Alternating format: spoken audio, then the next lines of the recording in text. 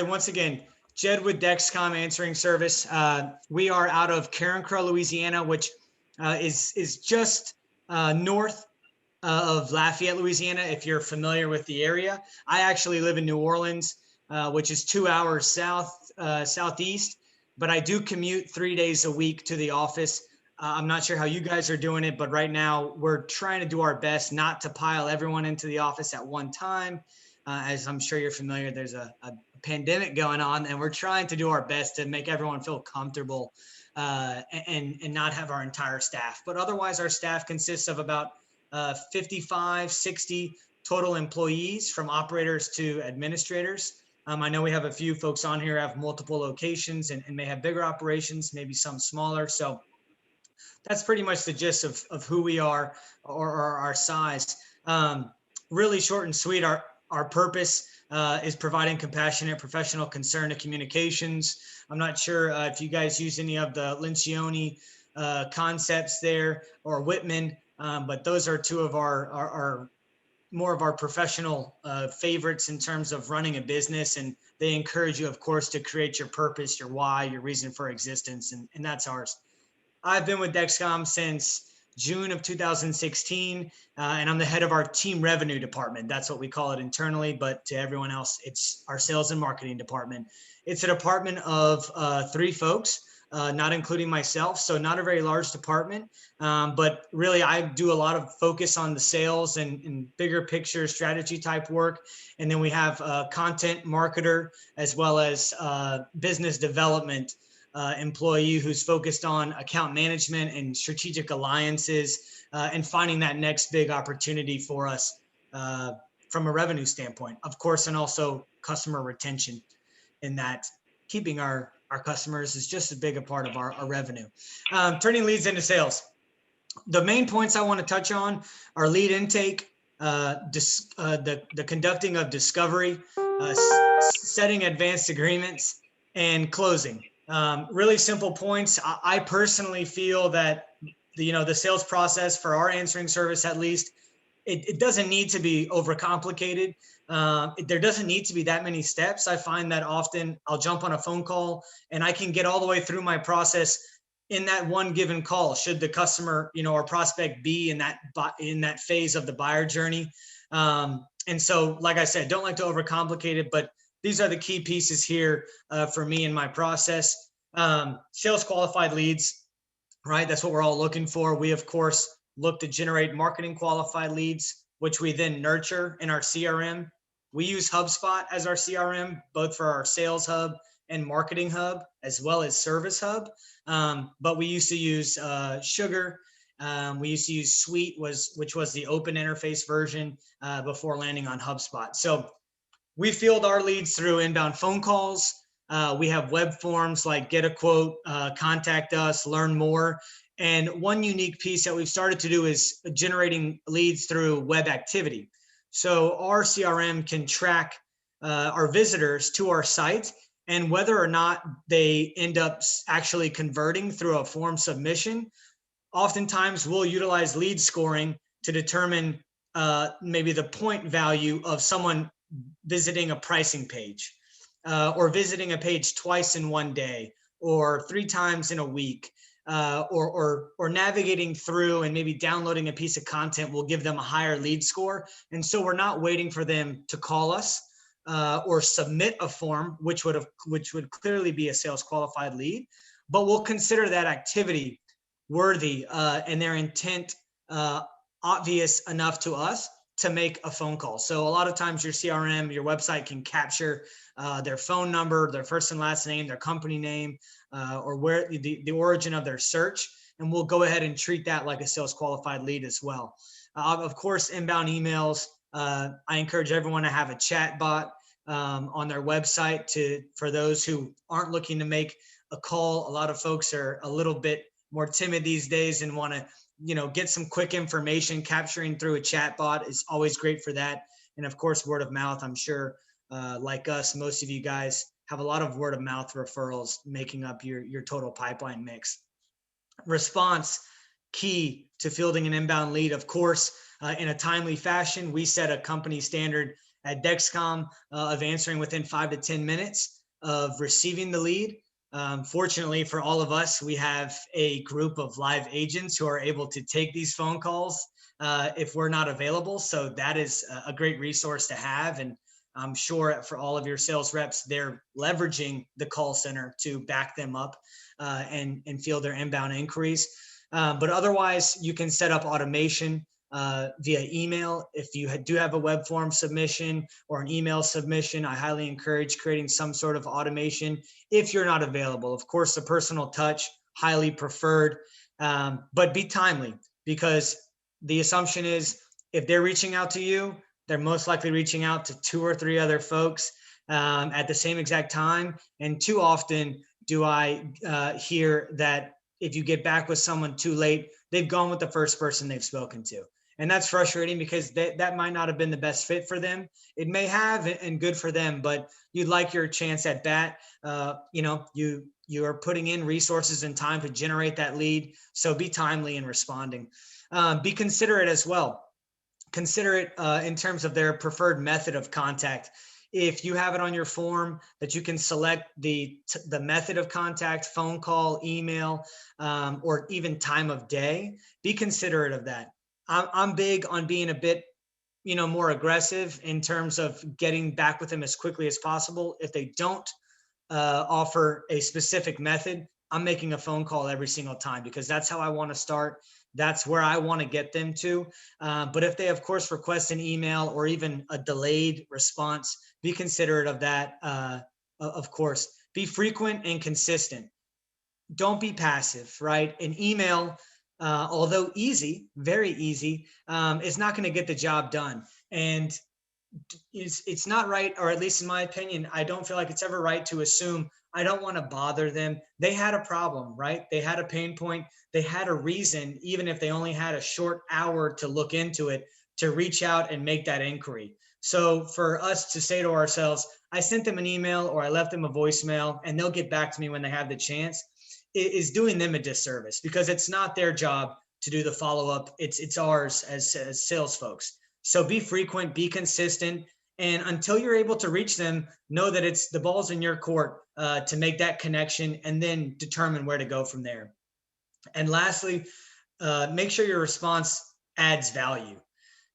This means right from the get-go, do your research if you have the time, look onto their website, see, if they're already offering 24/7 live answering service. That most likely means they're connected with a provider and or they have some form of, on-call cell phone being passed around. You can look to see if they have booking scheduling on their website or what services they offer or what's their mission statement or their core values. So when you get onto these calls, be ready to talk value, be ready to bring maybe some of your other customer experience that are in the same industry as this prospect to the table. Don't just show up and say, hey, how can I help? Or, hey, what do you need?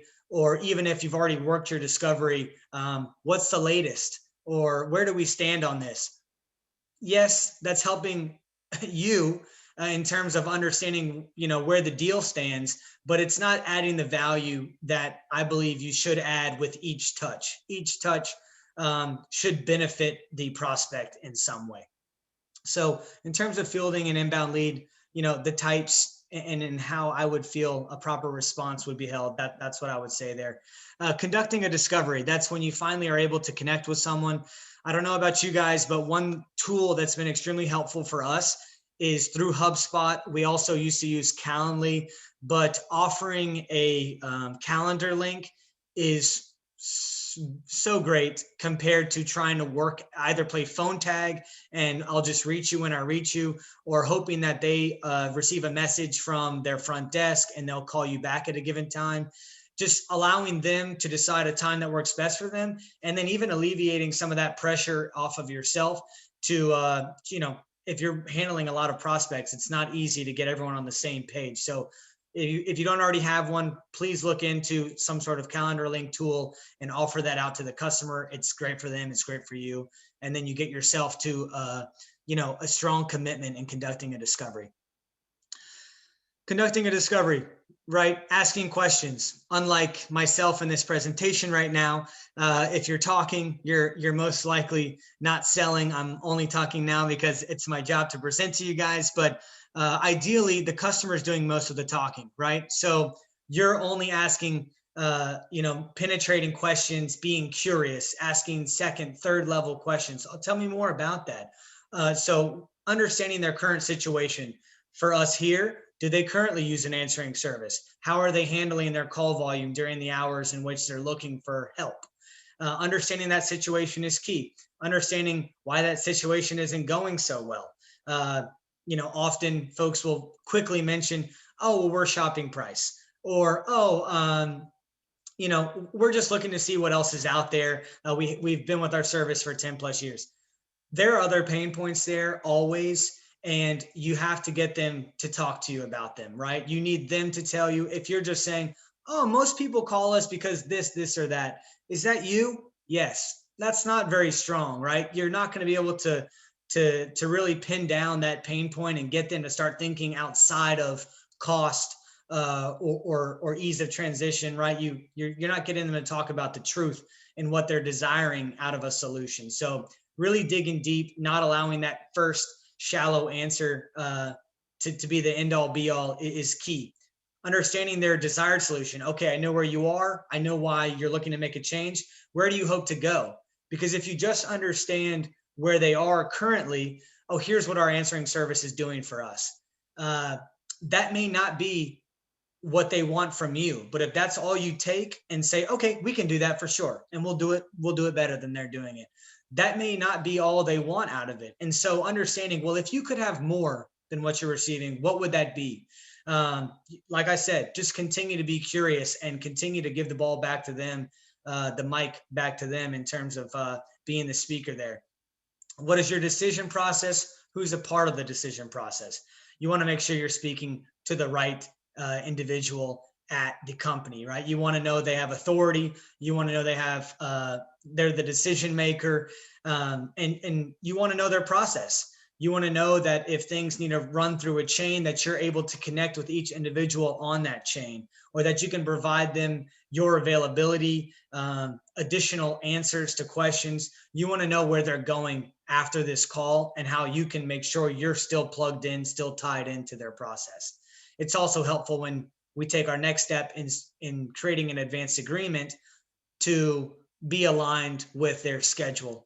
And then lastly, which starts moving towards the close, you have all of this information now. If you've done a good job conducting a discovery, they've fed you everything you need to know. You've taken diligent notes, and basically all you're asking them is, I heard your pain points, I heard your desired solution, and assuming, of course, you can meet those, and you're being honest with yourself and with the prospect, if we could deliver on these, what would that do for your business? You want to understand the greater impact than, oh, well, my answering service issue would be resolved, because that's not really what it is. If you're able to, provide that quality customer service after hours that matches what they expect from their own employees in-house, what would that do for their peace of mind, right? What would that do for the number of jobs they're able to book, and what's the dollar value of those jobs? What's the value of customer loyalty when you provide them with 24/7 access? So just get more out of the impact. Think larger than, well, I'm getting a good service for a good rate. Let's dig deeper and have them start thinking of us as a profit center, not a cost center, right? Think of all the benefits they can have versus what it's going to cost, and how, and having to talk to us for a few minutes. Setting advanced agreements. This is the best tool, I think, in the shed. Setting advanced agreements, if you haven't heard of it, I mean, it's relatively implied, but getting a next step and having yourself commit to that next step and the customer commit to that next step. And I'll go into a little bit about customer commitment issues, as I'm sure all of you guys are aware of there. But asking the customer for next steps, right? Let's first leave it up to them. What's your next step? Oh, well, I plan to go back to my owner and talk to them, or I'll give them all of your information, and they're going to go ahead and make a decision. Okay, great. That's not really helpful to what your next step is, but at least you're starting to dig into their process. Okay, thank you so much. So my understanding is you're going to go back and speak to the owner. And if I haven't heard from you, today's Monday, if I haven't heard from you by the end of day Wednesday, would it be okay for me to follow up with you on Thursday morning? That way you're starting to be forthcoming with your process, right? Here's what I expect out of myself. I have a job to do. I also want to be honest with you about it and not disrupt your day. I don't want you to be in a meeting when I call at 8:30 a.m. on Thursday morning. I want to talk to you about what my plan is if you're not committing to another step.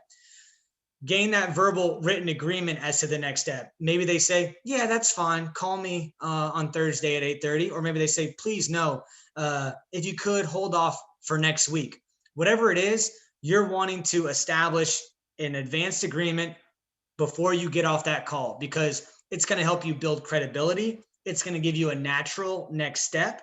You're going to be able to reference that advanced agreement that you made. If that prospect goes MIA or goes a bit radio silent, you're going to be able to continue to use that advanced agreement as something that you had both committed to in the past. And I'll get into a little bit on this final slide after this about not needing to be liked but respected. And that totally comes in here because you're trying to hold this individual accountable because they came to you with a need and you're trying to do what you can to help, right? So overcome that customer's commitment issues. If they're not willing to commit to anything, you just let them know, if I don't hear from you by this date, I will plan to call you then. If you leave a voicemail, let them know in the voicemail, hey, didn't hear from you. I did let you know last time we spoke, I was going to call you at this time. If I don't hear from you again by the end of this week, I'll go ahead and call again on Monday morning. Please feel free to email or let me know if you would like me to do something differently. So, if they would like to, they could easily let you know, hey, I'm done here, Jed. No need to call me back, or no, please, Monday won't work. And if they don't respond, then you've set that advanced agreement to make that call. And it's up to you to stick to those advanced agreements, whether they're made by the customer or yourself. So I think I beat this one to death here, but I love an advanced agreement. I live and die by it. I do it outside of sales, even internally with my colleagues when I'm delegating, and even in my personal life. I think it's great. And I highly encourage you guys to to emphasize it as well. And lastly, closing the deal. The beauty behind the in-depth discovery is that you 100% plan to utilize those same concepts, those same thoughts, concerns, pain points, desires to close, right? Because everyone likes to hear their own words. If you're able to utilize a lot of the same words, even down to the particular vocab that they're using, it's going to connect with them more. And even though they're going to want to put up their guards now that you're getting into the tough part of the conversation, you're holding them to what they said. Oh, well, I see that you're frustrated about price here, but before you were telling me that, your customers were so frustrated having to speak to this individual who wasn't presenting your company in a professional manner. That matters to you as well, right? And so you're trying to get them back to thinking about the benefits and not the costs, right? Profit center, not cost center. Seek to be respected, not liked. Asking the tough questions, do I have your business? Are you ready to move forward? Challenging them on, hey, it's not about price, or let's get back to the true pain points. That's seeking to be respected. You want them to be looking at you as that market expert, that industry expert, not your buddy. If you get off the call and you've done a lot of laughing and you're like, oh, we have so many things in common, you got happy ears and you're like, oh, they're definitely going to close. From my experience, they often don't, because it's pretty easy to tell someone who you like and you can tell isn't going to push to ask you any tough questions. Hey, no thanks right now, but great speaking with you. I'm going to go with someone else. It's most likely that someone that was seeking to be respected as the expert versus being likable. And then embrace the silence. That's hard for me, as you can tell, because I've been blabbing on now for 15 minutes. But once you ask those tough questions, don't be afraid to sit in silence. I do most of my selling over the phone.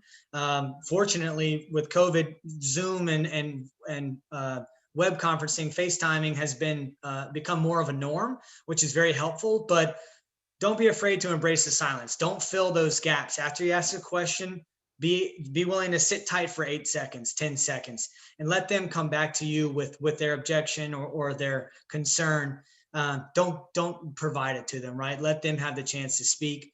And like I said, seek to be respected. So that, I hope that was helpful to you guys. I hope I was able to bring some new ideas, new tools. I hope the advanced agreement is valuable. But that's all I got for you guys. So what I want to do is just take the time to turn it back to us.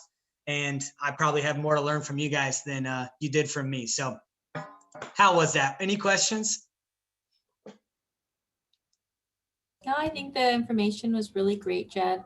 I do have one question about your web activity. You Please. had mentioned that your website and your systems allows you to track activity, people who have been on your site, so you could be more proactive as opposed to them waiting to contact you.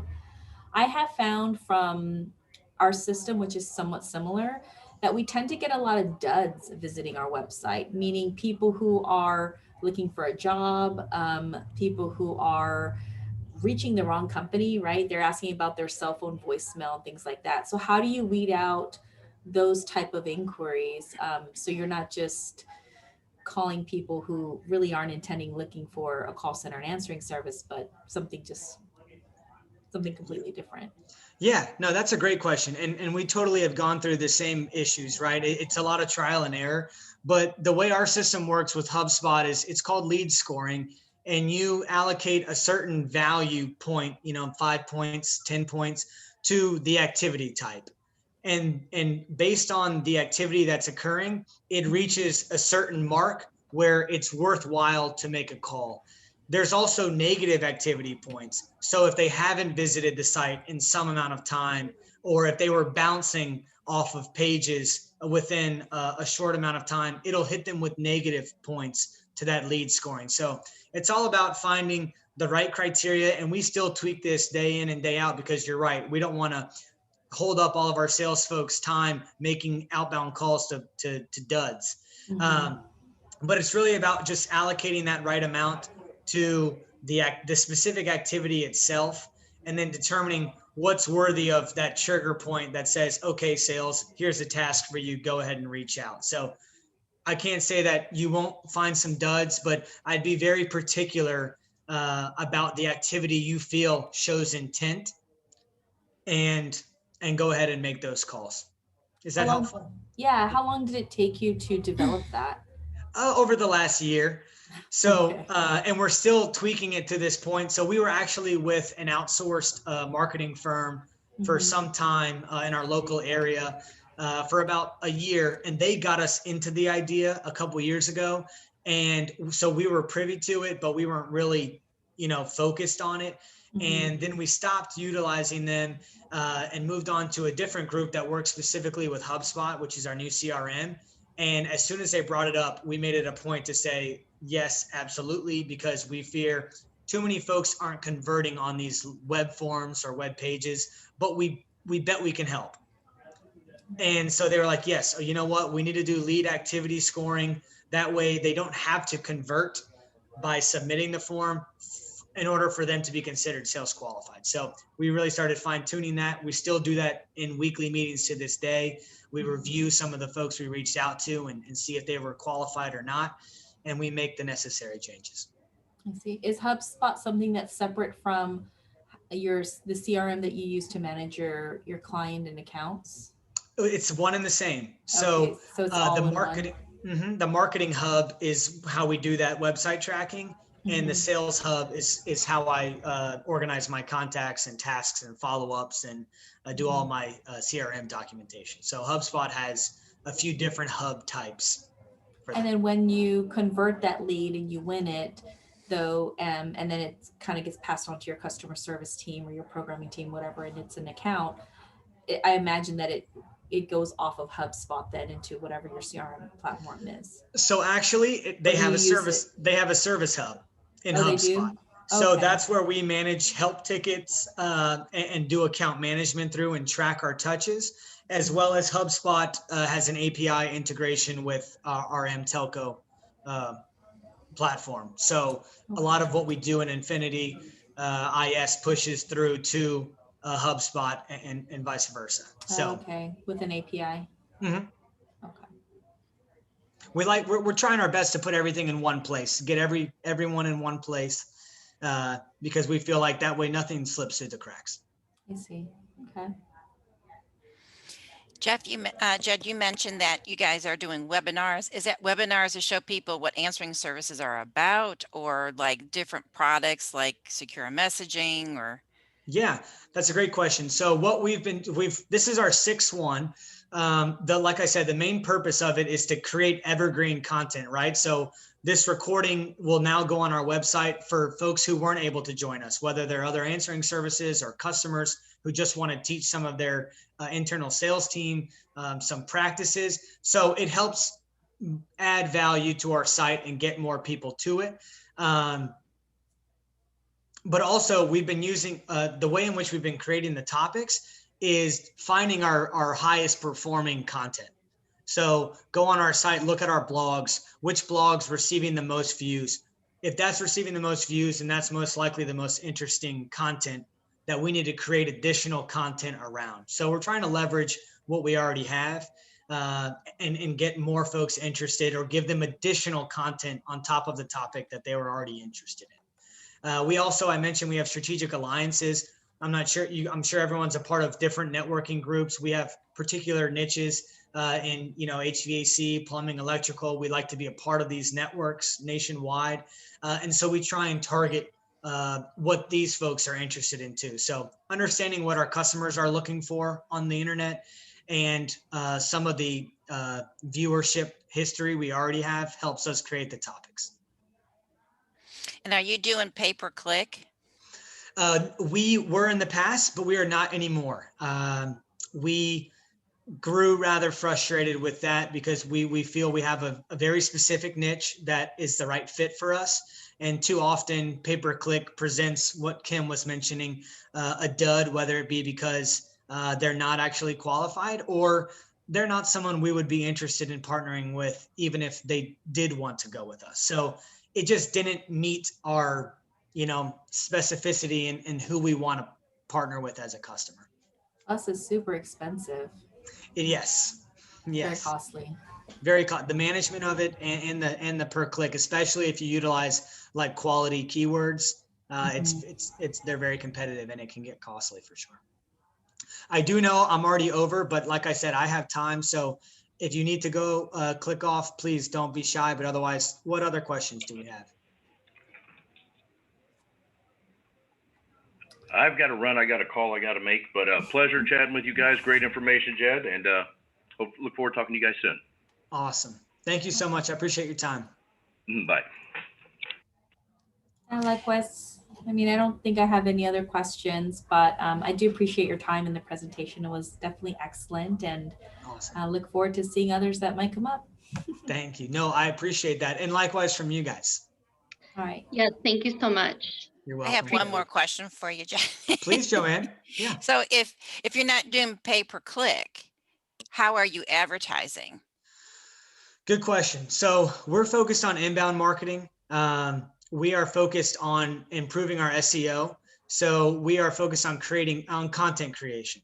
That's what we've been doing, and we've really moved up. So we've really seen an increase. Okay.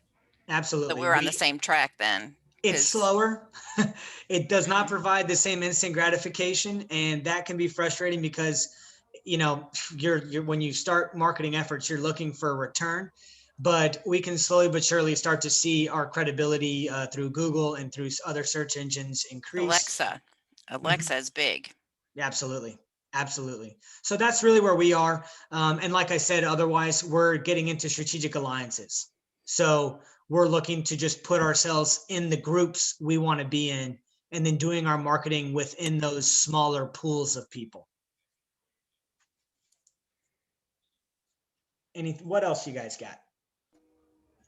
Well, I don't really have anything else. I think good information. Awesome. So thanks for having us. No You're going problem. to share the slides with us? Did you say that at the beginning? Absolutely. If you guys Okay. like, I can send you a link to the recording or I can send the presentation. Oh, itself. both would be Yeah. awesome. For sure, for sure. Definitely. Perfect. Thank you Perfect. again, Jed. That was Thank very you. good. Thank you so much. Thanks a lot. Thank you guys. I hope it was helpful. And like I said, I hope to see some webinars from you guys that I can join. So thank you. Yeah. Okay.